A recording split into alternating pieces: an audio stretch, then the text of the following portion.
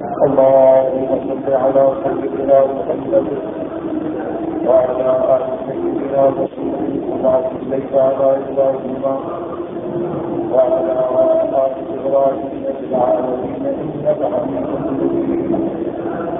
قال الله تبارك وتعالى في كلامه المجيد: أعوذ بالله من الشيطان الرجيم. بسم الله الرحمن الرحيم.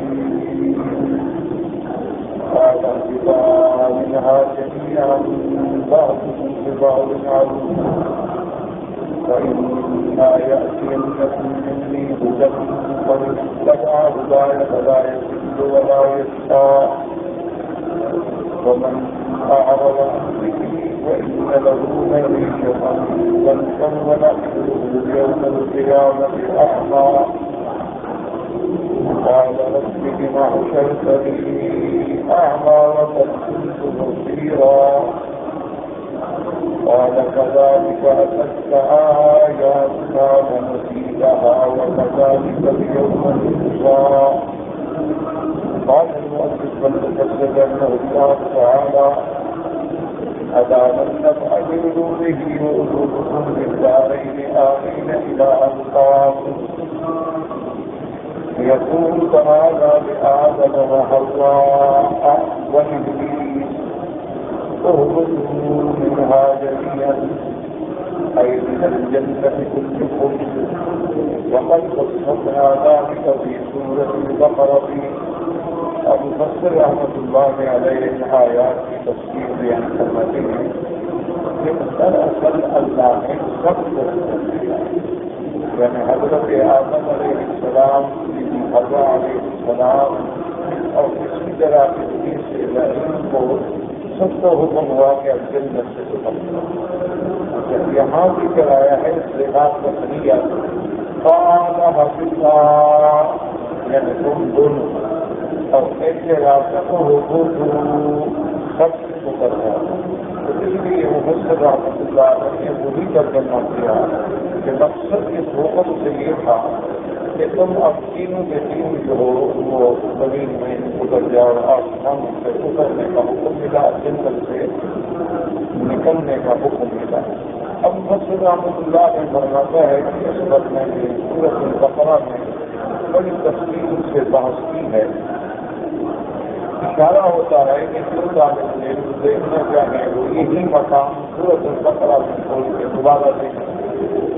بعضكم لبعض عدو قال آدم وذريته وإبليس وذريته. اللہ نے فرمایا کہ تم ایک دوسرے کے دشمن.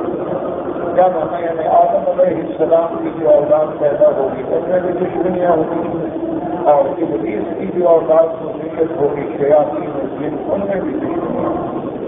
اور بعض علماء نے فرمایا کہ ابلیس کی اور اس کی ذریت کی آدم اور اس کی ذریت سے دشمنی، کیونکہ وہ ایمان والوں کا دشمن ہے. ان شیطان کا خدا عدو مبین. اب اللہ نے اس قاعدہ دنیا بیان فرما دیا کہ جب تم دنیا میں چلے جاؤ تو جب تمہارے پاس میری طرف سے کتاب آئے یا مقصد آئے تو اتباع کرے گا، وہ کامیاب ہوگا. جو انکار کرے گا دنیا و آخرت میں رسوا. فإما يأتينكم مني هدى قالوا الآية الأنبياء والحكم والبيان. یہ ہدن سے کیا مراد ہے کہ جب میرے پیغمبر آئیں، جب میرے رسول آئیں اور جب میری کتابیں آئیں اور تمہیں میرا دین پہنچے تو جو شخص اتباع کرے گا، ہدایت سے چلے گا، وہ نہ گمراہ ہوگا اور نہ مشقت میں پڑے گا. اس لیے یہ حکم ہے کہ اللہ کے جتنے پیغمبر ہیں سب پر حق ہیں. اللہ نے جتنی کتابیں اتاری ہیں سب پر حق ہیں. ہمارا سب پر ایمان ہے. لال سب کو بہنا احد کو دے. اور ایسا نہیں کرتے کہ حضور پاک پہ ایمان لائیں اور عیسیٰ علیہ السلام کا انکار کریں یا موسیٰ علیہ السلام کا انکار کریں، بلکہ تمام انبیاء پر ہمارا ایمان ہے. لیکن ہم شریعت کے اعتبار سے پابند ہیں حضور محمد مصطفیٰ صلی اللہ علیہ وعلیٰ آلہ وصحبہ وسلم تسلیما کثیرا. ومن اتبع هداي فلا يضل ولا يشقى قال ابن عباس لا يضل في الدنيا ولا يشقى في الآخرة. جس شخص نے اس ہدایت کی اتباع کی وہ دنیا میں بھی گمراہ نہیں ہوگا اور آخرت میں بھی وہ بدبخت نہیں ہوگا. ومن أعرض عن ذكري قال وأمري وما أصبرته ولا رسولي أعرض عنه وتنازعه وأمر غيره هداه. اور اس بندے نے میرے پیغمبر کی مخالفت کی یا میری کتاب کی مخالفت کی جو میں نے پیغمبر سے اتارا ہے اس سے انکار کیا، اعراض کیا، چھوڑ دیا اور قرآن کو چھوڑ کے کسی دوسری کتابوں سے ہدایت تلاش کی، اس کا نتیجہ کیا ہوگا؟ فَإِنَّ لَهُ مَعِيشَةً ضَنْكًا.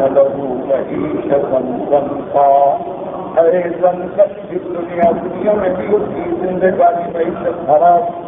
فَلَا طَمَأْنِينَةَ لَهُ وَلَا انشراح بصدره بل صبره ضيق حرج بضلاله. اب حسن رحمۃ اللہ علیہ فرماتے ہیں کہ معنی یہ ہے کہ اس کو سکون حاصل نہیں ہوگا، اس کو انشراح صدر نہیں ہوگا، بلکہ کروڑوں پتی ہو جائے، ہر وقت دل تنگ ہوگا. وَإِنَّ الْعَمَ ظَاهِرُهُ وَلَبِسَ مَا شَاءَ وَأَكَلَ مَا شَاءَ وَسَكَنَ حَيْثُ شَاءَ.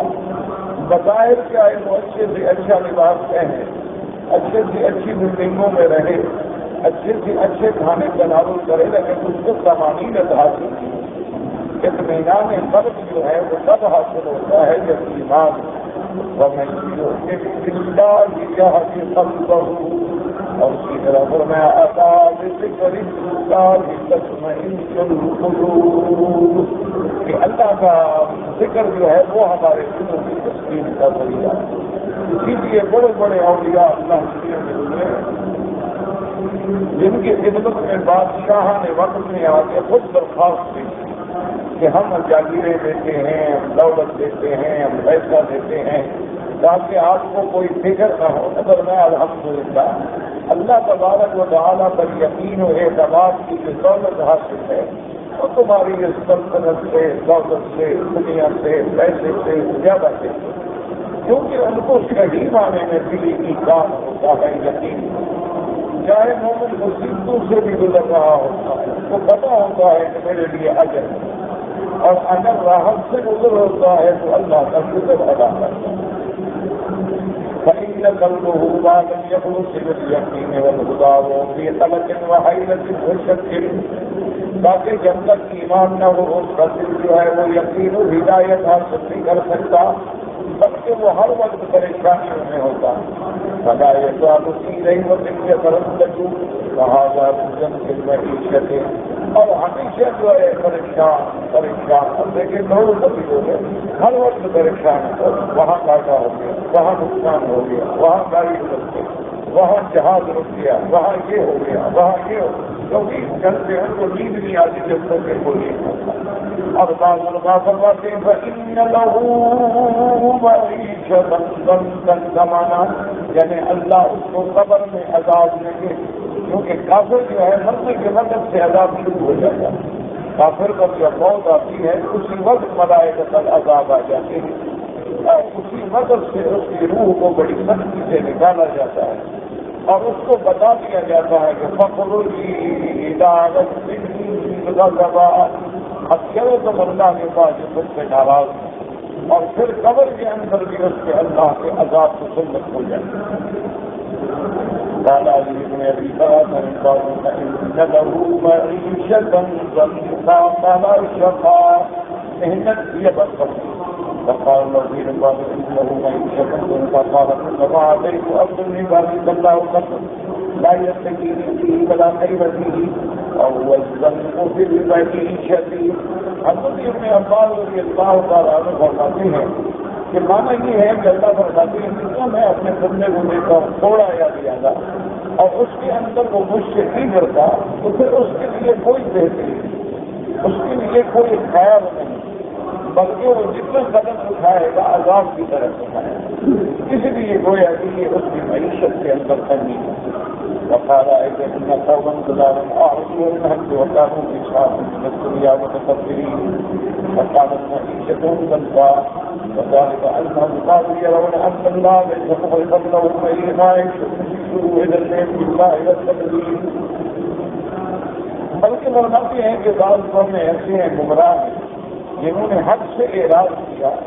اعتبار ظاہر دیکھو تو دنیا میں بڑا ان کے پاس پیسہ ہے، مال ہے، دولت ہے، تکبر کرتے ہیں، لیکن ان کی معیشت جو ہے وہ تنگ ہے. کیونکہ اس لیے ان پر یہ یقینی نہیں ہوتا ہے کہ اللہ تبارک و تعالیٰ ہمیں اس کا بدلہ دیں گے. وہ اسی کو بچانے کی فکر میں رہتے ہیں.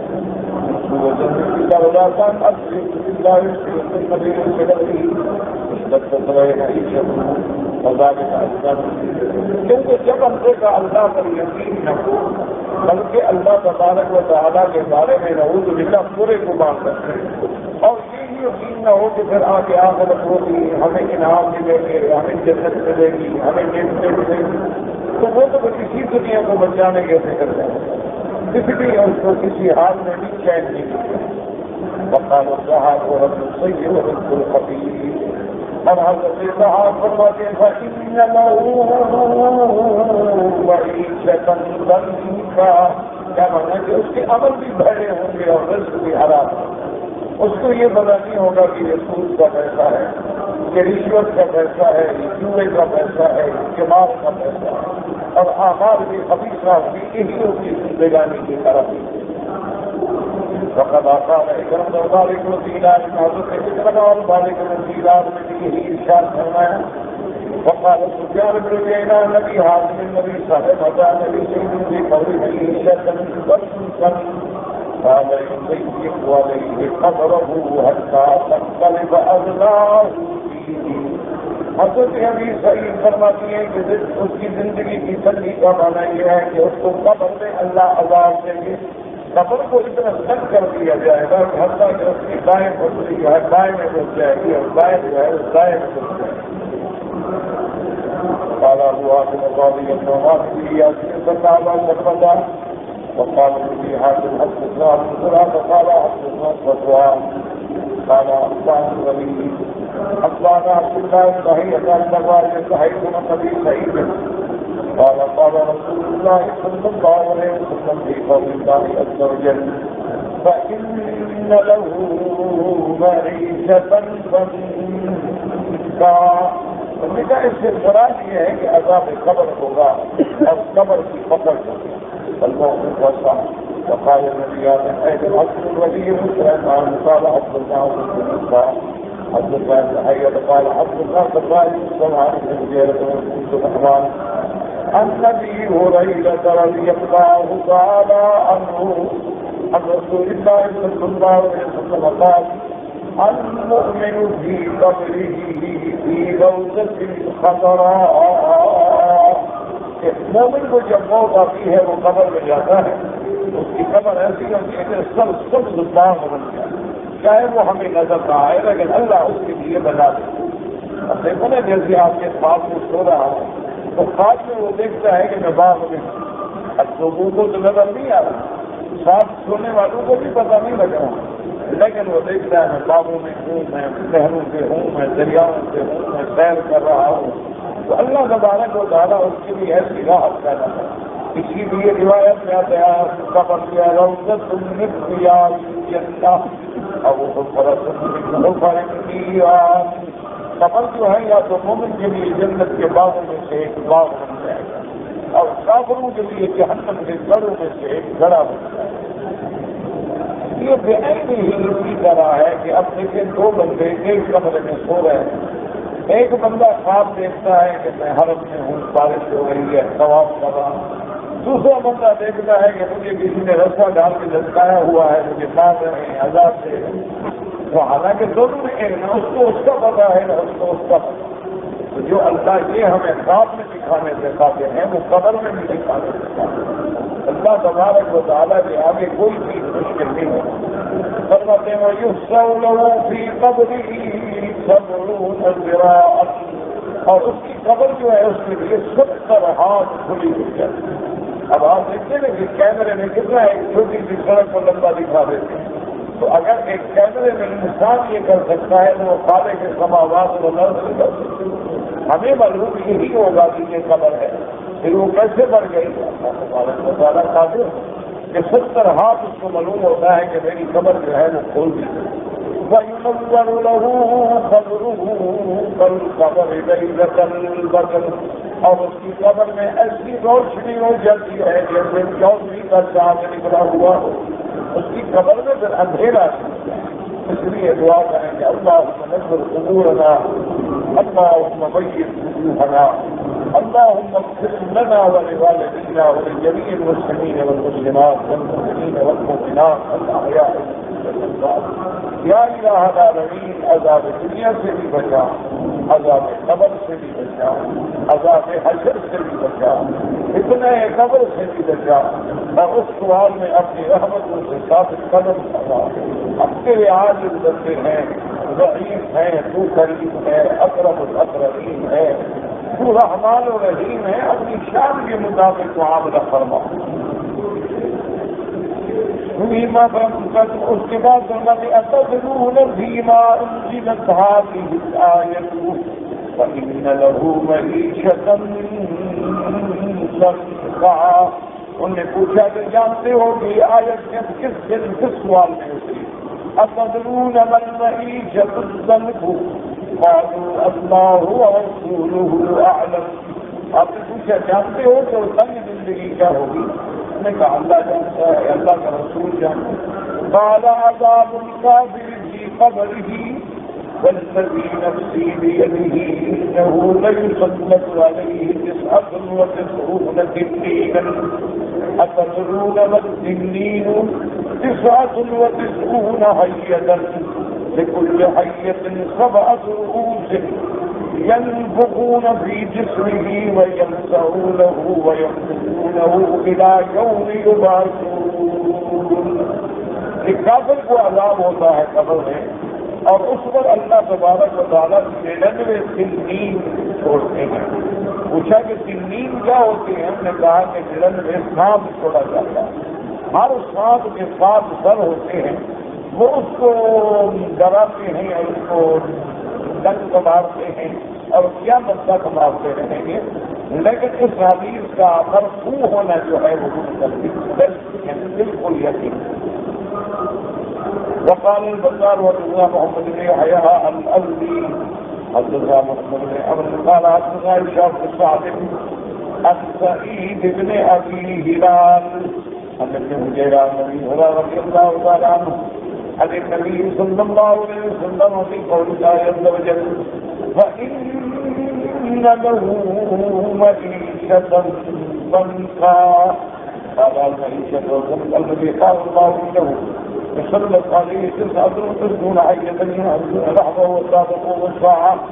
اس روایت میں بھی آتا ہے حضرت ابی ہریرہ سے روایت ہے عن النبی صلی اللہ علیہ وسلم حضور صلی اللہ علیہ وسلم سے آپ نے فرمایا معیشت ضنک کا معنی یہ ہے کہ اللہ تبارک و تعالیٰ جب قبر میں ہوتے ہیں تو اس پہ اللہ اپنے گرن میں ساتھ مسلط کر دیتے ہیں کہ اس کا گوشت سوچتے رہتے ہیں قیامت تک پہنچتے رہتے ہیں.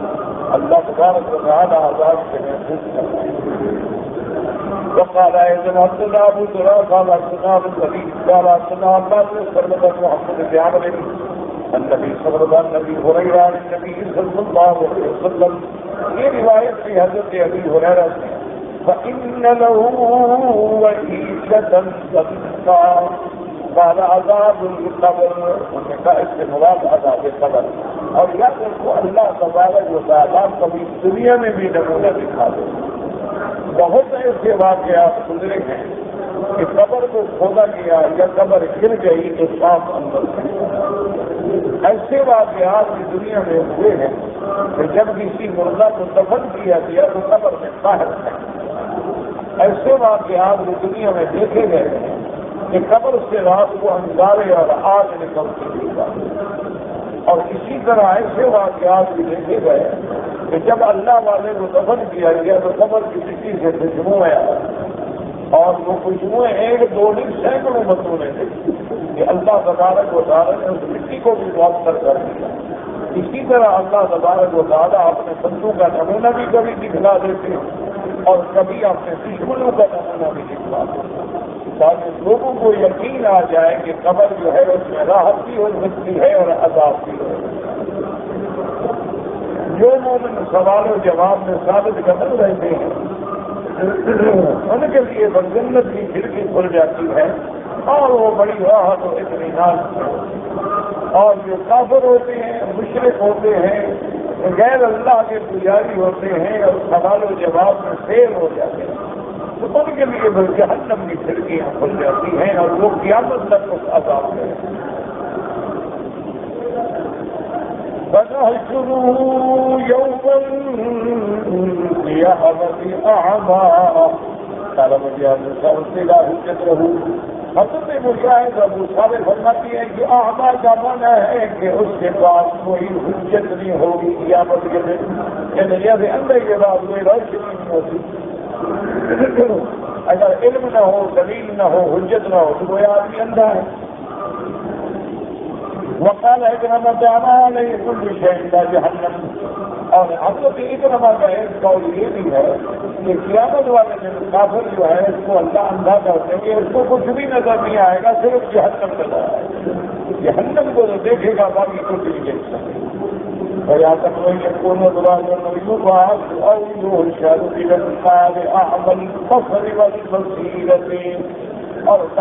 نے فرمایا کہ معنی یہ ہے کہ قیامت والے دن اللہ تبارک و تعالیٰ اس کو یعنی اندھا کر کے اٹھائیں گے. کیا مانا کہ جب وہ قبروں سے اٹھیں گے اور جب ان کو میدان معاشر میں لے جایا جائے گا جب ان کو جہنم کی طرف لے جائیں گے تو اب اس کا اندھا آنکھیں بھی گئی گی اور عقل بھی گئی. قال تبارک و تعالیٰ ونحشرهم يوم القيامة على وجوههم عميا وبكما وصما مأواهم جہنم. یعنی قیامت والے دن اللہ ان کو جب کھڑا کریں گے تو سروں کے بل ان کو چلایا جائے گا. وہ اندھے بھی ہوں گے اور ٹہرے بھی ہوں گے اور اس کے بعد گونگے بھی ہوں گے اور ان کا ٹھکانا جہنم ہوگا. جب کیا بولے اب بولنے کی کوئی بات ہی باقی نہیں رہی. اللہ کی تمام حجتیں پوری ہو گئی اور عذاب جہنم جو ہے وہ سامنے آ گیا. اس کے بعد حل کیا اس لیے اللہ تبارک و تعالیٰ فرماتے ہیں کہ اللہ آپ کو بندہ جائے گا ربی بما حشرتنی اعمی وقد كنت بصیرا. کہ کیا اللہ تو نے مجھے کیوں اندھا کر دیا حالانکہ دنیا میں تو میری آنکھیں تھی. قال كذلك أتتك آياتنا فنسيتها وكذلك اليوم تنسى. سبحانك يا الله وأخذ ما من التراب على كلامها إليك لنا سيبا أعرضت أنا وقلنا كذلك اليوم نعاملك وعاملك من ينفعك. اللہ فرمائیں گے کہ جب میرے پاس میری آیات آئیں میری نشانیاں آئیں میری کتابیں آئیں میرے پیغمبر آئے اور پھر پیغمبروں کو میں نے معجزات کا فرمائے لیکن تو نے ایسا کیا کہ حق بات پہنچنے کے بعد چھوڑ دیا اعراض کیا. آج ہم بھی تمہارے ساتھ وہی معاملہ کریں گے جیسے تم نے ہمارے آیات کے ساتھ آج ہم نے بھی تمہیں چھوڑ دیا. فَالْيَوْمَ نَنسَاهُمْ كَمَا نَسُوا لقاء يومهم هذا. اللہ فرمائے کہ آج ہم نے بھی تم کو چھوڑ دیا جیسے دنیا میں تم نے قیامت پر تم نے یقین کو چھوڑا ہوا تھا بلایا ہوا تھا آج ہم نے بھی تمہیں چھوڑ دیا. فإن الجزاء من جنس العمل. اب قیام کا قرآن واقعہ میں مانا ہو قیام مبتدا فليس ذاك هذا الوعيد الخاص وإن كان متواعد عليه من نية أخرى فإنه قد ظهر السنة بالنهج الأكيد والوعيد الشديد بذلك. اب مسلم اللہ فرماتے ہیں یہ معنی نہیں ہے کہ تم نے بھلا دیا میں نے قرآن یاد کر کے بھلا دیا. وہ قرآن یاد کر کے بھلانا بھی بہت بڑا گناہ ہے گناہ کبیرہ. لیکن پتہ کافر تو نہیں ہو جاتا ہے گناہ گار توبہ کرے اللہ کے یہاں بلانے کا معنی یہ ہے کہ اللہ کے قرآن کو نہ ماننا، اللہ کے پیغمبروں کی بات کو نہ سننا، اللہ کی نشانیوں میں غور نہ کرنا، ایمان کی طرف نہ آنا، یہ مراد ہے۔ اس لیے مفسر رحمۃ اللہ علیہ فرماتے ہیں کہ نسیان جو ہے اس سے مراد لفظ القرآن نہیں ہے، وہ اس وعید میں نہیں، حالانکہ اس پر بھی وعید ہے، بہت بڑا گناہ ہے۔ حتیٰ کہ حدیث مبارک میں حکم آیا ہے کہ اگر قرآن یاد کرو تو پھر خبردار مت بھولو۔ ہاں، اگر کوئی انسان مسکین کمزور ہے تو وہ پڑھتا رہے، کوشش میں لگا رہے، نہ یاد ہو تو پھر اس پر گناہ نہیں ہوتا، کیونکہ اکثر والاسماء من اللہ، ہمارے ذمہ ہے کہ ہم محنت کریں، ہم کوشش کریں۔ باقی بڑے لوگ ہیں بیچارے بڑی محنتیں کرتے ہیں لیکن ان کو یاد نہیں ہوتا۔ ابھی اخباروں میں تھا کہ 7 سال کا بچہ ہے، قرآن کی صورتیں یاد ہے، آیت نمبر بھی یاد ہے۔ تو یہ اللہ کا کرم ہے، اللہ کا انعام ہے، اللہ جس سے کرم۔ اسی طرح کچھ عرصہ قبل اخباروں میں پڑھا تھا کہ ایک بچے نے 6 مہینے میں قرآن ہے، یعنی 6 مہینے میں پورا قرآن یاد کرنا۔ اسی طرح بہت سارے بزرگوں کے ایسے واقعات موجود ہیں کہ ان لوگوں نے بڑی تھوڑی مدت میں، حتیٰ کے بعد بزرگوں نے تو رمضان المبارک کے مہینے میں قرآن یاد کیا، یعنی دن کو 1 پارہ یاد کرتے اور رات کو تراویح میں پڑھتے تھے، دوسرے دن 1 پارہ یاد کرتے اور رات کو تراویح میں پڑھتے۔ اور بعض لوگ ایسے ہیں جو 10 سال لگے رہتے ہیں لیکن قرآن یاد نہیں ہوتا۔ لیکن معنی یہ ہے کہ وہ لگے رہیں اور محنت نہ چھوڑیں، اپنی طرف سے کوشش کریں، پھر بھی یاد نہ ہو تو ان پر گناہ نہیں ہوگا۔ ایک ہے کہ اللہ نے تمہیں قرآن کی نعمت عطا فرمائی اور تم نے پھر پڑھنا بھی چھوڑ دیا، دیکھنا بھی چھوڑ دیا، سونا بھی چھوڑ دیا، تراویح پڑھانا بھی چھوڑ دیا، تو قرآن تو بھول جائے۔ ابو بکر رحمۃ اللہ علیہ فرماتے ہیں اس کے بعد قال الامام احمد حدثنا خلف بن وحید قال حدثنا خالد بن يزيد بن ابي زياد بن سعد بن فاعل رجل بن سعد بن عبادة رضي الله عنه عن النبي صلى الله عليه وسلم قال ما من رجل قرأ القرآن فنسيه إلا لقي الله يوم يلقاه وهو أجسم۔ اس حدیث سے مبارک میں آتا ہے حضرت صاحب نے عبادہ فرماتے ہیں کہ حضور پاک نے فرمایا کہ کوئی بندہ قرآن یاد کر کے پھر اس کو بھول جائے تو قیامت والے دن اللہ کے سامنے ایسے آئے گا جیسے کوڑ کی بیماری میں مبتلا ہے۔ اس لیے دعا کریں کہ جو حافظ قرآن ہے اللہ ان کے سینوں میں قرآن ہمیشہ کے لیے محفوظ ہے، اور جو بچے پڑھ رہے ہیں اللہ انہیں حفظ نصیب فرمائے، اور اللہ تبارک و تعالیٰ قرآن سے محبت نصیب فرمائے، قرآن سے تعلق نصیب فرمائے، اور قیامت میں قرآن ہمارا سفارشی بنے، ہمارا شفاعت کرنے والا بنے، نہ کہ ہمارے خلاف گواہ بنے۔ ثم رواه الإمام أحمد بن يزيد بن أبي زياد عن عيسى بن سعيد عن عبادة بن الصامت رضي الله تعالى عنه عن النبي صلى الله عليه وسلم مثله سواء وكذلك نجزي من أسرف ولم يؤمن بآيات ربه وَلَعَذَابُ الْآخِرَةِ أَشَدُّ وَأَبْقَىٰ۔ اللہ پاک فرماتے ہیں ہاں تمام جاتی المسلمین المقدمین بآیات اللہ الدنیا والآخرہ، جو اللہ کی آیات کو بھی بلانے والے ہیں، اللہ کے قرآن کو تکذیب کرنے والے، اللہ ان کو اسی طرح دنیا اور آخرت میں عذاب دیں گے۔ لَهُمْ عَذَابٌ فِي الْحَيَاةِ الدُّنْيَا وَلَعَذَابُ الْآخِرَةِ أَشَدُّ وَمَا لَهُم مِّنَ اللَّهِ مِن وَاقٍ۔ ان کے لیے دنیا میں بھی عذاب ہے اور آخرت میں بھی عذاب ہے، اللہ کے سوا کوئی بچانے والا نہیں۔ جیسے فرمایا وَلَعَذَابُ الْآخِرَةِ أَشَدُّ وَأَبْقَىٰ، اور آخرت کا عذاب جو ہے وہ بڑا سخت ہے اور ہمیشہ رہنے والا ہے۔ أَيُشَدُّ عَنْهُمْ عَذَابُ الدُّنْيَا وَهُوَ عَلَيْهِمْ، وہ دنیا کے عذاب سے زیادہ دردناک ہے اور ہمیشہ رہنے والا۔ وَهُمْ مُخَلَّدُونَ فِيهِ وَلِهَٰذَا قَالَ رَسُولُ اللَّهِ صَلَّى اللَّهُ عَلَيْهِ وَسَلَّمَ لِلْمُؤْمِنِينَ إِنَّ عَذَابَ الدُّنْيَا أَهْوَنُ مِنْ عَذَابِ الْآخِرَةِ جب مرد اور عورت لحاظ کر رہے تھے تو حضور نے دونوں کو فرمایا کہ کیوں بھی قسم نہ کھاؤ، دنیا کی تکلیف جو گزر جائے گی آخرت کا عذاب بڑا حضور صلی اللہ علیہ وسلم نے ان کو وہاں بھی ڈرایا أهلكنا قبلهم من القرون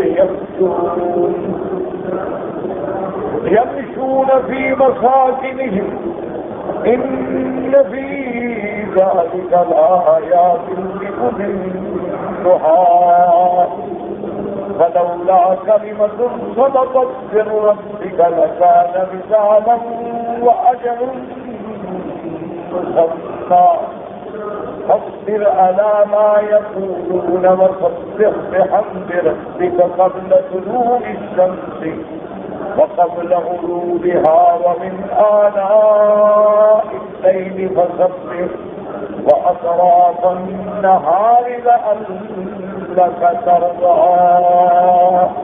اب اللہ تبارک و تعالیٰ نے ارشاد فرمایا کہ أَفَلَمْ يَهْدِ لَهُمْ هؤلاء المكذبين الواجبين يا محمد صلى الله عليه وسلم كم أهلكنا من الأمم المكذبين من الرسل قبلهم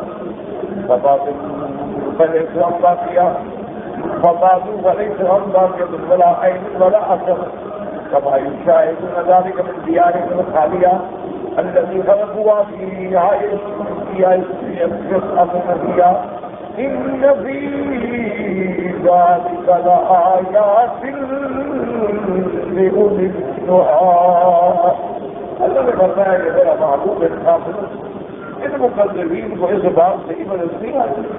کیا یہ سابقہ قوموں کے مقام ادھر بھی دیکھتے کہ قوم عاد میں کیسے عذاب آیا، قوم ثمود میں کیسے عذاب آیا، قوم لوط میں کیسے عذاب آیا، قوم فرعون میں کیسے عذاب آیا، قوم نوح میں کیسے عذاب آیا. یہ جب انہوں نے انبیاء کی تکلیف کی اللہ کے رسولوں اور میں اصل بات یہ ہے کہ یہ عبرت ہے لیکن ان لوگوں کے لیے جن کو اللہ نے اصل سلیم عطا فرمایا، یہ ان لوگوں کے لیے ہے جن کو اللہ نے صحیح عقل سے نوازا ہے، صحیح عقل عطا فرمایا ہے. ورنہ کتنے لوگ ہیں کہ ان نشانیوں سے گزرتے ہیں لیکن پھر بھی اللہ سے نہیں ہوتے. اللہ تبارک و تعالی ہمیں ہر قسم کے عذاب سے محفوظ کرنا.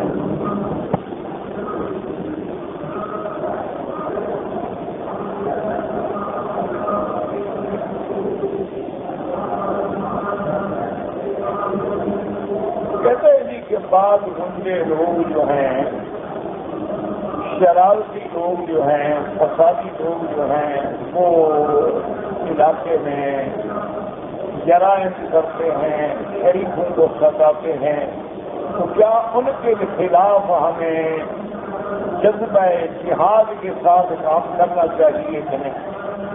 میرا بھائی سب سے پہلی بات یہ سمجھیں کہ اسلام ہمیں یہ حکم نہیں دیتا کہ ہم کسی قاتل کو خود قتل کرتے ہیں،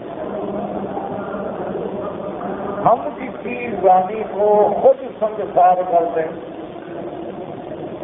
ہم کسی چور کو پکڑیں اور خود ہاتھ کاٹ دیں.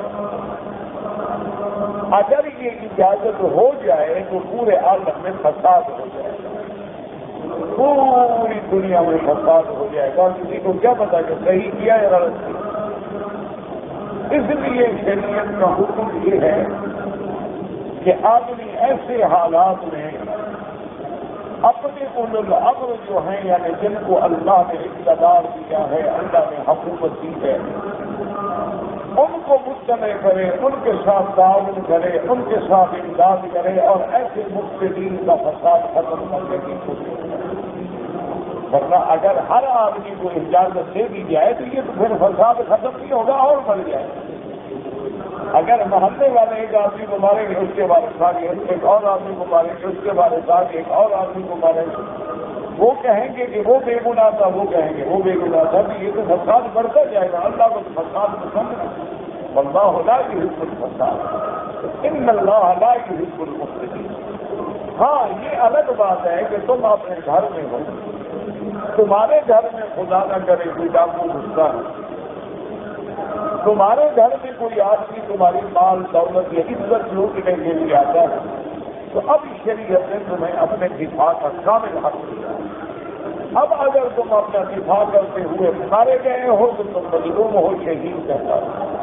اگر وہ مارا گیا ہے تو وہ گویا کہ حرام پہنچ رہا ہے۔ بہرحال کافر تو نہیں ہوگا اگر مسلمان ہے، لیکن اس کے لیے بہت بڑی وعید ہے کہ اگر آدمی اپنے مال کی حفاظت کے لیے، اپنے خاندان کی عزت کی حفاظت کے لیے اور اپنی جان کی حفاظت کا دفاع کرنے کے لیے کرتا ہے تو اللہ تبارک و تعالیٰ نہیں چاہتے، لیکن فساد نہ کرے، کیونکہ اللہ تبارک و تعالیٰ کو دنیا میں عالم میں امن پسند ہے، نہ کہ فساد پسند۔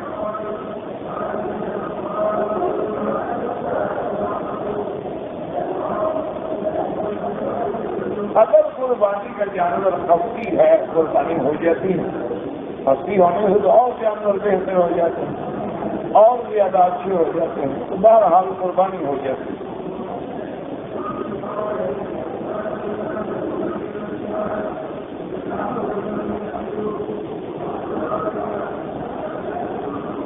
میرے بھائی نے بینک میں پیسے جمع کروائے اور بینک میں قانون ہے کہ وہ 2.5% زکوٰۃ جو ہے سال میں ایک دفعہ کاٹتے ہیں،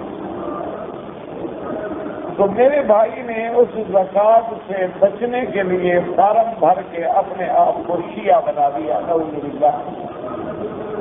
بھائی 2.5% بچ جائے جنت بھی نہیں نہ ملے،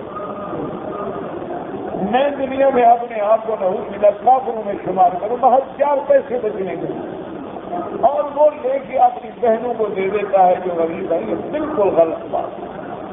کبھی بھی آدمی اپنے آپ کو اور اپنے مسلک کو نہ چھوڑے، اپنے ایمان کا برملا اعتراف کرے اور اپنے آپ کو کسی گمراہ فرقے میں جن کی گمراہی میں کوئی شبہ نہ ہو، کبھی اپنے آپ کو ان سے نسبت نہ کرے، ان سے منسوب نہ کرے، تاکہ ایسا نہ ہو کہ قیامت میں اللہ ناراض ہو کے اس کو اسی گروہ میں کھڑا کر دے۔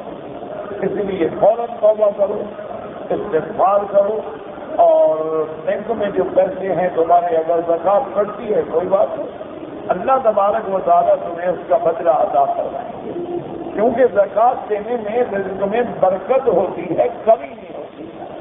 اللہ تبارک و تعالیٰ کا قرآن میں فرمان ہے یَمْحَقُ اللَّهُ الرِّبَا وَيُرْبِي الصَّدَقَاتِ، اللہ ربا کو آخر برباد کر دیتے ہیں اور صدقات جو ہیں اس میں برکتیں ڈالتے ہیں۔ تو لہٰذا اگر تم نے اپنی بہنوں کی مدد کرنی ہے، اس کا طریقہ یہ ہے کہ کسی اسلامی بینک کی برانچ میں اسلامی کھاتے میں پیسے ڈالیں۔ اب اللہ کا فضل ہے کہ ہر ملک میں ایسے بینک آ گئے ہیں، آپ کے ملک میں بھی آ گیا ہے، الفلاح ہے، میزان ہے، برکہ ہے، اور استثمار الاسلامی ہے، اب تو کئی بینک آ گئے جو بالکل، حتیٰ کہ آپ کے وہ MCB مسلم کمرشل بینک نے بھی ایک رجسٹر کیا ہے اسلامک کھول دی، تو اس میں باقاعدہ شراکت یا تجارت یا قرابت کے طریقے سے کام ہوتا ہے۔ وہ بینک مثلاً آپ سے یہ کرتا ہے کہ سب کھاتے داروں کے پیسے آ گئے اور انہوں نے آپ سے پوچھ لیتے ہیں کہ تم 1 سال کے لیے ڈال رہے ہو، 2 سال کے لیے، 5 سال کے لیے، 10 سال۔ اب چونکہ میرے پاس ہے مثلاً 2 لاکھ ریال، 2 لاکھ ریال سے میں کیا کر سکتا ہوں؟ اس دنیا میں 2 لاکھ کوئی چیز نہیں، کیا کاروبار کر سکتا ہے آدمی 2 لاکھ ریال میں تو ایک فلیٹ کرایہ بھی نہیں ملتا ہے۔ حرم کے قریب ایک فلیٹ کے ایک ہفتے کا کرایہ 1 لاکھ ریال، تو 2 لاکھ ریال میں کیا مل جائے گا؟ 2 لاکھ ریال میں جو ہے 16 دن رہنے کی اجازت مل جائے۔ اس لیے اب آپ اندازہ کریں تو پھر وہ بینک کیا کرتا ہے، اب 1000 آدمی نے اگر 2 لاکھ ڈالا ہو تو کتنا پیسہ بچ جائے گا؟ تو وہ اس پیسے سے یہ کرتے ہیں کہ کسی اچھی جگہ پلاٹ لے کے پلاٹا کھڑا کر دیتے ہیں۔ اب اس کی مستقل آمدنی شروع ہو جاتی ہے، کرایہ آ رہا ہے، دکانیں ہیں، مکان ہیں، فلیٹ ہیں، 20 منزلہ پلاٹا کھڑا ہو گیا، اور انہوں نے کسی جگہ بہت بڑی زمین لے کر پھر اس کو مختص بنا کے پلاٹ بنا دیے، 10 مرلے، 1 کنال، 2 کنال، 3 کنال، آگے والے کمرشل ہو گئے، پیچھے والے رہائشی ہو گئے، پھر وہ بینک پلاٹ بیچ دیتا ہے۔ تو وہ نفع کبھی کبھی 26% بھی پہنچ جاتا ہے اور کبھی کبھی جو ہے 50% پہ بھی پہنچ جاتا ہے۔ اور کبھی کبھی جو ہے 10-12% سے بھی رہ جاتا ہے. تو جتنی زیادہ مدت کے لیے پیسہ ڈالا جاتا ہے وہ اتنی بڑے منصوبے میں پیسہ لگاتا ہے، اور جتنی تھوڑی مدت کے لیے لگایا جاتا ہے نا تو ہم نے کہا کہ 1 سال. اب بینک کیا کرتا ہے؟ اب بینک یہ کرتا ہے کہ مثلاً ہم اگر ایک گاڑی خریدیں، مثال کے طور پر 1 کروڑ گاڑی خریدتے ہیں، اس کی قیمت ہے 50,000. اگر ہم یہی گاڑی 100 خریدیں، 1 لاکھ خریدیں، تو 50 کے بجائے ہمیں ملے گی 30,000. یعنی اگر یہ گاڑی ہم 1 خریدیں گے تو 50,000، لیکن ہم پوری لاکھ خرید لیں، 100 گاڑی لے لیں، تو کمپنی ہمیں 30,000 میں دے گی. تو 20,000 تو پہلے دن نفع ہو گیا نا. 20,000 ریال ایک گاڑی پر تو پہلے دن بچ گیا، آگے نفع تو الگ ہے. تو وہ بینک یہ کرتا ہے کہ میرے پاس 2 کروڑ ریال آ گیا. میں ٹھیک ہے 2 لاکھیں خرید دو بھائی، 1 لاکھ سوزوکی کی دے دو، 1 لاکھ کروڑا کی دے دو، 1 لاکھ فیلکس کی دے دو، اور اس کے بعد مارکیٹ میں اعلان کر دو کہ اتنی گاڑیاں موجود ہیں کہ کون خریدنا چاہتا ہے. تو وہ جب بکیں گے تو سال کے اندر وہ فوراً لین دین ہو جاتا ہے. اس میں بھی اللہ کی رحمت سے رشتے داروں کو بڑے پیسے ملتے ہیں. اب آپ حیران ہوں گے کہ اس وقت دنیا میں اسلامی کھاتوں میں کافروں نے 50 ارب ڈالر ڈالا ہے. کافروں نے، کافر ہیں بالکل پکے کافر، یہ ہوتی ہے نصرانی ہے، عیسائی. لیکن اسلامک پروگرام کو تو پتہ لگا کہ اس میں پیسے زیادہ ہوتے ہیں، جس میں فائدہ زیادہ ہوتا ہے. تو انہوں نے 50 ارب ڈالر ڈالا ہے، سرمایہ کاری کی ہے کہ چلو یار 5 سال دیکھتے ہیں اس میں ہمیں کیا ملتا ہے. تو انجام یہ نظر آ رہا ہے کہ آنے والے دنوں میں شاید ساری دنیا کے بینکوں کو یہ فیصلہ کرنا پڑے کہ ہمیں اسلام پہ چلنا چاہیے کہ اسلام کے اندر جو ہے وہ زیادہ سے زیادہ فائدہ ہے. تو لہٰذا بلا وجہ کوئی اپنے آپ کو قادیانی لکھوا دے، کوئی اپنے آپ کو شیعہ لکھوا دے، کوئی اپنے آپ کو خارجی لکھوا دے، کوئی اپنے آپ کو رافضی لکھوا دے، کوئی اپنے آپ کو اور کوئی گمراہ فرقے میں لکھوا دے. یہ بہت بڑا گناہ ہے. فوراً توبہ کریں اور اللہ تبارک و تعالیٰ ہر مسلمان کو محفوظ رکھے. یہ میرا بھائی جو آپ نے مسئلہ میراث لکھا ہے، اس کے لیے سب سے بہتر طریقہ یہ ہے کہ کسی دارالفتاء میں جائیں. یہاں مکے میں الحمدللہ ہر جگہ موجود ہے. حتیٰ کہ حرم کے اندر بھی باب ملک عبدالعزیز سے جب آپ داخل ہوں گے تو دائیں بائیں جو کمرے ہیں بورڈ لگا ہوگا اس کا، وہاں جا کر اپنا پورا تفصیل سے بتائیں اور وہ آپ کو حصے نکال کے دیں گے. یہ ایسی بات نہیں ہوتی کہ آدمی بعد میں تقریب میں بتاتا ہے.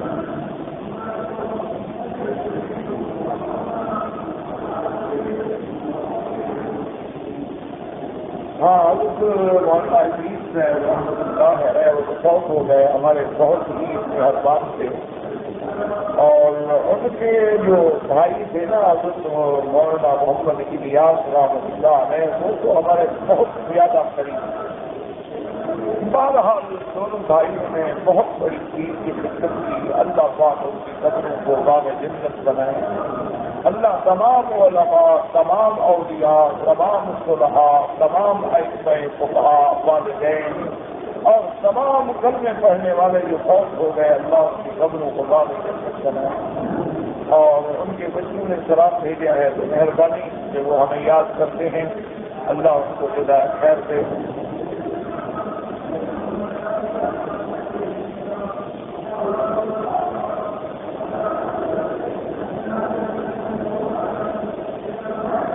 اگر ایک بندہ مقروض ہے اور وہ آدمی مر گیا، قرضہ ادا نہیں کیا دنیا میں، تو میرا بھائی بڑا سخت معاملہ ہے. قیامت میں اللہ اس کی نیکیاں لے کر قرض خواہوں کو دیں گے. اگر پھر بھی قرضہ بچ گیا تو پھر قرض والوں کے گناہ اس پہ رکھ دیے گئے. اس لیے کوشش کرو کہ زندگی میں قرضے ادا کرو. اور اگر انسان ہے موت آئے تو وصیت لکھ کے رکھ لو کہ میرے اوپر اتنا قرضہ ہے اور میری اولاد جو ہے پہلے میری جائیداد سے قرضہ ادا کرے تاکہ میں قبر میں نہ پکڑا جاؤں، اور قرض ادا کرنے کے بعد میراث تقسیم ہوگا، پہلے قرضہ ادا کیا جائے۔ اچھا، اگر تو فرض محال بندہ مر گیا اور اس کے بعد ہے ہی نہیں کہ کیا وصیت کرے، ہے ہی نہیں، اولاد کے پاس بھی کچھ نہیں ہے، تو اب اس کے لیے بہتر حل یہ ہے کہ جس کا قرضہ ہے اس کو چاہیے کہ وہ اللہ کے لیے اس کو معاف کرے تاکہ وہ عذاب قبر سے بچ جائے اور اللہ اس کو دوسرے طرف سے اپنے خزانے غیب کے ساتھ ہو جائے۔ اللہ تبارک و تعالیٰ کے آگے کوئی مشکل نہیں ہوتی۔ ابھی ہمارے والد صاحب کے شاگرد تھے، بڑے عالم بھی تھے، وہ بیچارے فوت ہو گئے، ان پہ میرا قرضہ تھا۔ اب جب مجھے خبر ملی کہ ان کی وفات ہو گئی ہے تو مجھے اندازہ ہوا کہ وہ بیچارہ کون تھے، تو فوراً نہیں میں نے کہا یا اللہ میں نے بات ختم ہو گئی، کے ساتھ ختم، آپ کو کہاں سے دیں گے جب ہے ہی نہیں کہاں دیں گے؟ تو آپ بلا وجہ کیوں اس بیچارے کو عذاب دلاتے؟ اگر ایک آدمی مقروض مر گیا اس کے پاس کچھ، ہاں اگر جائیداد ہے اور نہیں دیتے پھر تمہیں حق ہے لینے کا، کیونکہ قرض جو ہے تمہارا حق ہے، تم قانون شرعاً اخلاقاً وصول کرنے کا حق رکھتے ہو۔ اگر وہ ہے ہی غریب، نقصان ہو گیا، کچھ ہے ہی نہیں، کہاں سے دے گا؟ اس لیے بہتر ہے کہ تم اس کو معاف کر دو۔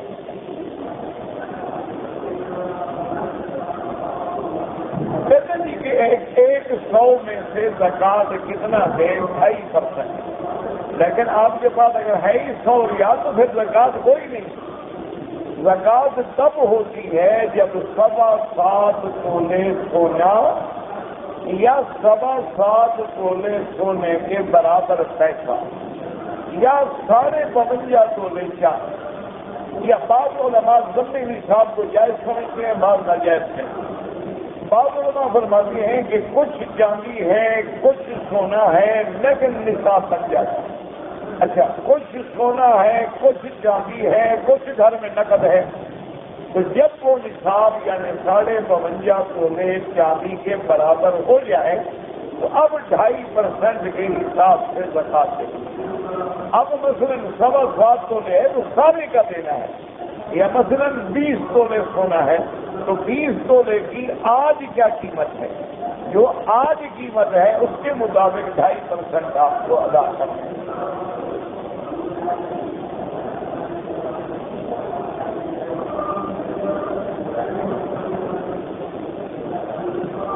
کہتے ہیں کہ بے خبری میں طلاق دے دی، یہ کیسی بے خبری ہے کہ طلاق کا لفظ تمہیں یاد ہے، بے خبری کیسے ہو؟ نہ تمہیں یہ خبر کیسے ہو گئی کہ تم نے طلاق دے دی؟ تم تو بے خبر تھے۔ یاد رکھو، طلاق ایک ایسی بلا ہے کہ بے خبری میں بھی گولی چل جائے نا بندہ مر جاتا ہے۔ وہ کہہ رہی میں تو ویسے دیکھ رہا تھا، مجھے پتہ نہیں تھا اندر گولی ہے یا نہیں، بس ٹیگر سے ہاتھ آ گیا، بندہ گیا۔ اس لیے تم نے طلاق دی، وہ طلاق ہو گئی۔ اگر طلاق رجعی تھی اور تم نے رجوع کر لیا، اور وہ بھی عدت کے اندر، یہ نہیں کہ 2 سال کے بعد رجوع کر لو، اگر عدت میں طلاق رجعی ہے اور رجوع کر لیا ہے ٹھیک ہے، کوئی بات نہیں، لیکن یہ یاد رکھو کہ تم نے ایک طلاق دے دی، اب تمہارے پاس 2 کا اختیار باقی ہے۔ اگر خود آنا خاصہ پھر طلاق دو گے تو 2 ہو جائیں گے، اگر 2 دو گے تو وہ 3 ہو جائیں گی، وہ پہلے والی بھی شمار ہوگی۔ اس لیے بڑی احتیاط کیا کریں کہ ثلاث جدہن جد وحجرہن جد۔ حضور پاک کا ارشاد ہے کہ 3 چیزیں ایسی ہیں جن کی حقیقت بھی حقیقت ہے اور مذاق بھی حقیقت ہے۔ غصے میں بھی طلاق دے دی، طلاق ہو گئی، مذاق میں طلاق دے دی، طلاق ہو گئی، جی میری بیوی اپنے ملک میں ہے، میں نے یہاں طلاق دے دی، طلاق ہو گئی، بیوی کو خبر نہیں ملی، طلاق ہو گئی، تم نے ٹیلی فون پہ بجوا دیا کہ میں نے تمہیں طلاق دی، طلاق ہو گئی، تم نے رجسٹری کی تھی انہوں نے نہیں لی، وہ لاکھ دفعہ نہ دیں، طلاق ہو گئی۔ طلاق تو ایسی بلا ہے، لہذا طلاق کے لفظ سے اپنے آپ کو بچایا کریں۔ انسان غصہ آ گیا ہے، گھر سے نکل جاؤ، غصہ آ گیا ہے ٹھنڈا پانی پی لو، غصہ آ گیا ہے، کھڑے ہو تو بیٹھ جاؤ، بیٹھے ہو تو بیٹھ جاؤ، اس جگہ کو چھوڑ کے دوسری جگہ چلے جاؤ تاکہ تمہارا غصہ ٹھنڈا ہو گیا، پھر واپس آ جاؤ۔ اب غصہ ہے کہ جب آدمی مان لیتا ہے یا کوئی سخت لفظ کہہ دیتا ہے، لیکن طلاق نہیں کہنا چاہیے، کیونکہ ابغض الحلال عند اللہ الطلاق، اللہ تبارک و تعالیٰ کو سب سے ناپسندیدہ چیز جو ہے وہ طلاق ہے۔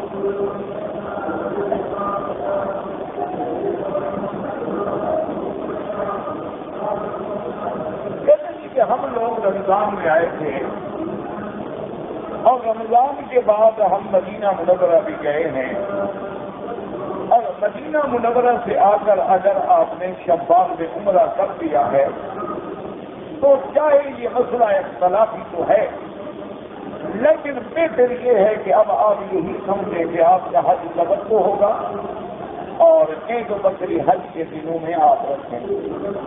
اگر غریب ہو اور حج کے پیسے نہیں ہیں، 400 ریال نوکری پہ آئے ہو، تو بڑا آسان حل ہے کہ تم یکم 2 3 کو 3 روزے رکھ لو ذی الحج، یا 3 4 5 کوئی بھی 3 روزے رکھ لو، اور جا کے برگنڈی مارو، سر اٹھاؤ، اعلان کھول دو، حج کے بعد 7 روزے رکھ لو، وہ چاہے یہاں رکھ لو چاہے اپنے ملک میں جا کر رکھ لو۔ اگر پیسے نہ ہوں تو 10 روزے رکھنے، اور اگر اللہ پیسے دے تو ایک بکری رکھنا بہتر ہے تاکہ اختلاف سے بچ جاؤ۔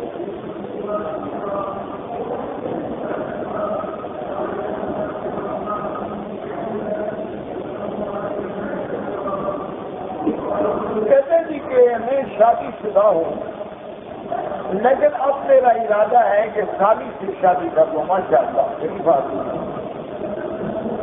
وہ پوچھتے ہوئے اپنا وہ گاڑی میں چپنی رکھتے ہیں نا، ٹائر پنچر ہو تو اور کام آ جائے گا، تو اس کا حل یہ ہے جناب پہلے بیوی کو طلاق دو، اور طلاق دینے کے بعد اس کی بہن سے شادی کر لو۔ 2 بہنیں کٹھی تو نہیں ہو سکتی، ایک نکاح میں 2 بہنیں کٹھی نہیں ہو سکتی۔ باقی اگر تمہیں پہلی بہن ناپسند ہے اور دوسری پسند ہے تو پہلی کو تم بلا وجہ طلاق دو گے تو دنیا آخرت میں یاد رکھنا عذاب کو بچنا ہوگا، ورنہ بہتر ہے کہ صبر کرو اور گناہوں سے بچو اور سال سے دور ہو جاؤ اور توبہ کر لو۔ اگر اس کا بھوت زیادہ چڑھا ہوا ہے تو پھر پہلی بیوی کو طلاق دو اور پھر اس کی بہن سے شادی کر سکتے ہو، ورنہ ایک وقت میں 2 بہنیں ایک بندے کے نکاح میں جمع نہیں ہوتی۔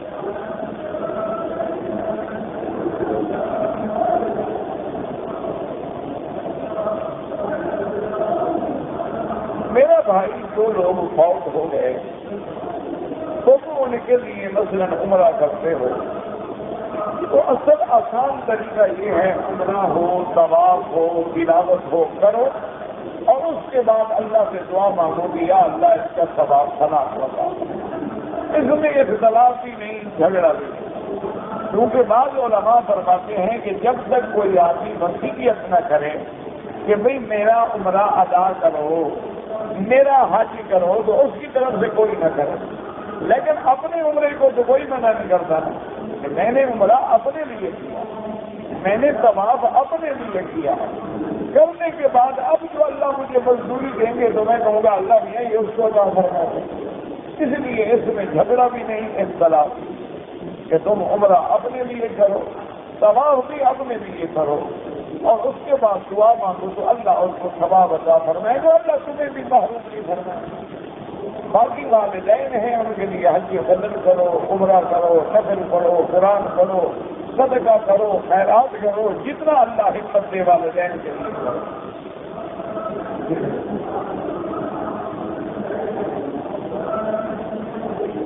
لا الہ الا اللہ محمد رسول اللہ کا معنی کیا ہے کہ محمد اللہ کے رسول نے یہ کہا ہے کہ واسطہ دیا جائے، یہ سب یہ مطلب خود کرتے ہیں، کہاں لکھا ہے کہ اس کا معنی ہے واسطہ دیا جائے۔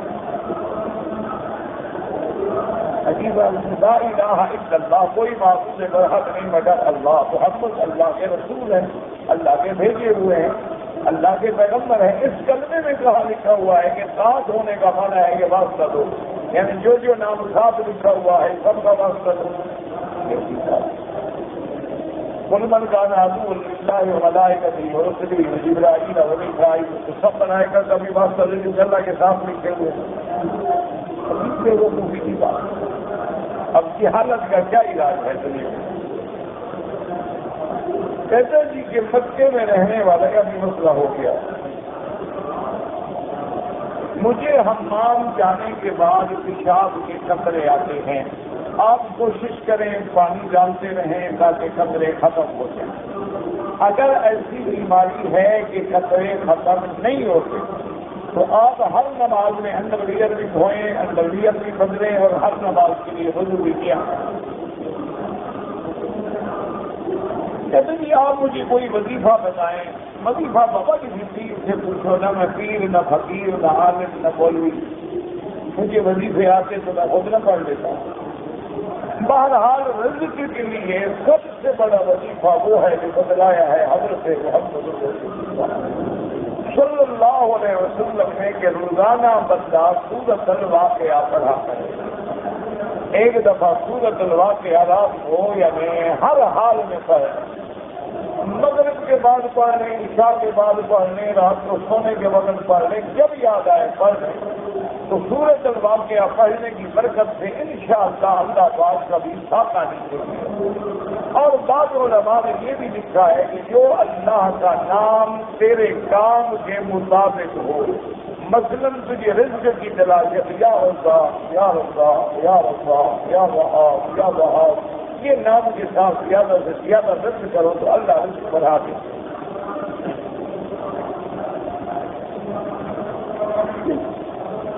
کہتے ہیں کہ اگر دم پڑ گئی اور ایک آدمی کے پاس پیسے نہیں ہیں وہ دم نہیں دے سکتا روزے رکھنے ہیں تو روزے یہی رکھے یہاں موجود ہے یہی روزے رکھے حج والے دم تبسوں میں تو اجازت ہے گھر جا کے رکھے لیکن یہ جو روزے ہیں تو یہاں کہتے ہیں کہ میں دمام سے آیا ہوں ایک دن کے لیے اب جب میں امام کے پیچھے نماز پڑھوں گا تو سفر کی نیت کروں گا جب امام مقیم ہے تو تم کیسے سفر کی نیت کرو جب آدمی نماز امام کے پیچھے پڑھتا ہے تو امام کے تابع ہو جاتا ہے اب چاہے میں مسافر لیکن امام مقیم ہے تو میں کیا بتا پیچھا پڑھوں گا یہ تھوڑا کہ سفر کی نیت کر کے دو میں سلام کر دوں گا مقتدی جو ہے امام کے تابع ہے اگر امام مسافر ہے اور مقتدی مقیم ہے تو امام دو رکعتوں پہ سلام پھیرے گا مقتدی کھڑے ہو کے پوری کر لے گا لیکن اگر امام مقیم ہے تو ہم اس کے تابع ہو جائیں گے چاہے آپ مسافر ہیں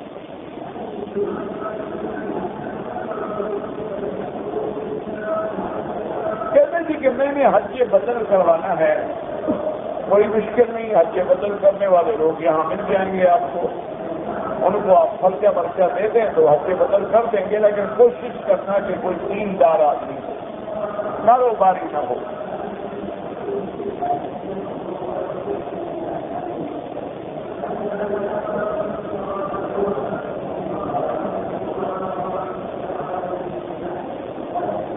جیسا کہ میرا نام ہے محمد مختصر یہ نام صرف محمد رکھو مختصر اللہ کی بات اپنے نام کے ساتھ صدیقی لکھتے ہیں کوئی بات نہیں وہ تو آپ کا خاندانی لقب ہے نا وہ تو خاندانی لقب ہے بعض فاروقی لکھتے ہیں بعض صدیقی لکھتے ہیں بعض حجازی لکھتے ہیں یہ تو لقب ہے وہ کوئی حق نہیں اپنے نام کے ساتھ بیٹے کے نام کے ساتھ آخر میں صدیقی لکھو لیکن اپنا نام جو ہے مقتدر نہ رکھو یا قوی والقادر والمقتدر یہ اللہ کی صفت ہے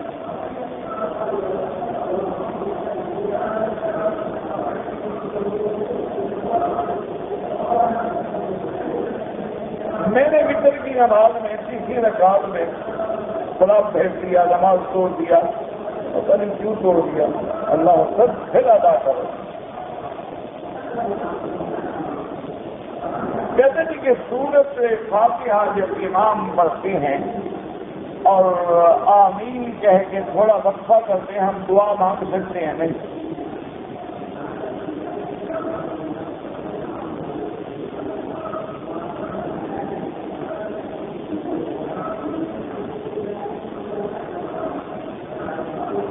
کہ میری پہلی بیوی ہے، 18 سال ہو گئے، بچے بھی ہیں، لیکن اب بچوں کی وجہ سے اگر بیوی اپنے خاوند کی خواہشات کا احترام نہ کر سکے تو خاوند دوسری شادی کر لے، بالکل شریعت میں اجازت ہے۔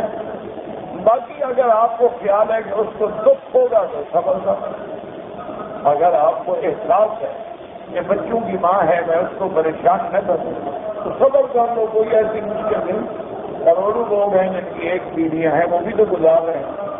کروڑوں لوگ ہیں جن کی بیویاں بیمار ہو گئی ہیں، وہ حقوق زوجیت بھی ادا نہیں کر سکتے، لیکن پھر بھی زندگی گزار دو۔ کروڑوں لڑکیاں ہیں بیچاری خاوند ناکارہ ہیں لیکن صبر سے گزار رہے۔ اب میرا بھائی یہ دونوں اگر مگر میں تو نہ پڑو نا، صبر نہیں ہو سکتا تو شریعت نے اجازت دی ہے دوسری شادی۔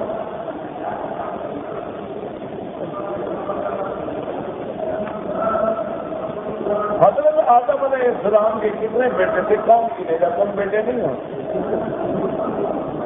تم آدم علیہ السلام کے بیٹے نہیں ہو؟ اگر ہو تو پہلے حرم والے کو گن لو۔ ہم تو نہیں گن سکتے، آپ کی ہمت ہے، پڑھے لکھے آدمی ہیں، کوشش کرو، ایک شاہ سے شروع کرو پھر اس سے جو انا للہ ہے۔ وہ دو بیٹے جو ہیں معروف حابیل قابیل، قابیل نے حابیل کو قتل کیا۔ بہرحال قبروں کا سلسلہ کا کیا بنا، کوئی مرے گا تو دفن ہوگا نا۔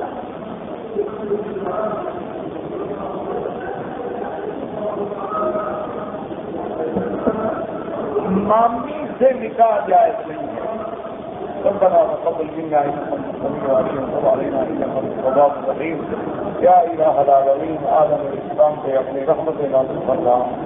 یا اللہ یا اللہ یا اللہ یا رب یا رب یا رب یا رحمان یا رحیم یا رحمان یا رحیم یا رحمان یا رحیم یا کریم یا حی یا قیوم یا ذا الجلال والاکرام یا ذا الجلال والاکرام یا ذا الجلال والاکرام۔ اللهم اجعل لنا وللمسلمين من كل هم خرجا ومن كل ضيق مخرجا ومن كل بلاء عافيا۔ اللهم فرج هم المهمومين ونفس كرب المطلوبين واقض الدين عن المدينين واشفنا واشف مرضانا ومرضى المسلمين۔ اللهم اصلح احوالنا واحوال المسلمين، اللهم اصلح اولادنا واولاد المسلمين، اللهم اصلح بناتنا وبنات المسلمين، اصلح ذرياتنا وذريات المسلمين۔ یا الہ العالمین، ہماری ظاہری باطنی روحانی جسمانی ذہنی سب بیماریاں دور فرما۔ یا اللہ سب بیماریاں دور فرما۔ یا اللہ سب بیماریاں دور فرما۔ یا اللہ سب پریشانیاں دور فرما۔ یا اللہ اپنے خزانے غیب سے رزق کے دروازے کھول دے۔ یا اللہ بعد میں حیات کی شدت کا محتاج نہ فرما۔ یا اللہ کے حیاؤں کو حیات عطا فرما، بے دین کو دین عطا فرما، بے اولادوں کو اولاد عطا فرما، قرض داروں کو قرض عطا فرما، بے روزگاروں کو روزگار عطا فرما، جن کے گھروں میں بچیاں ہیں اللہ ان کے رشتے احسان فرما۔ یا اللہ ان کے رشتے احسان فرما، ان کے مستقبل روشن فرما۔ یا اللہ پورے عالم اسلام میں امن سکون استحکام نصیب فرما۔ یا اللہ مسلمانوں کی جان مال آپ کی حفاظت فرما۔ یا اللہ مسلمانوں کی جان مال آپ کی حفاظت فرما۔ یا الہ العالمین یا ارحم الراحمین۔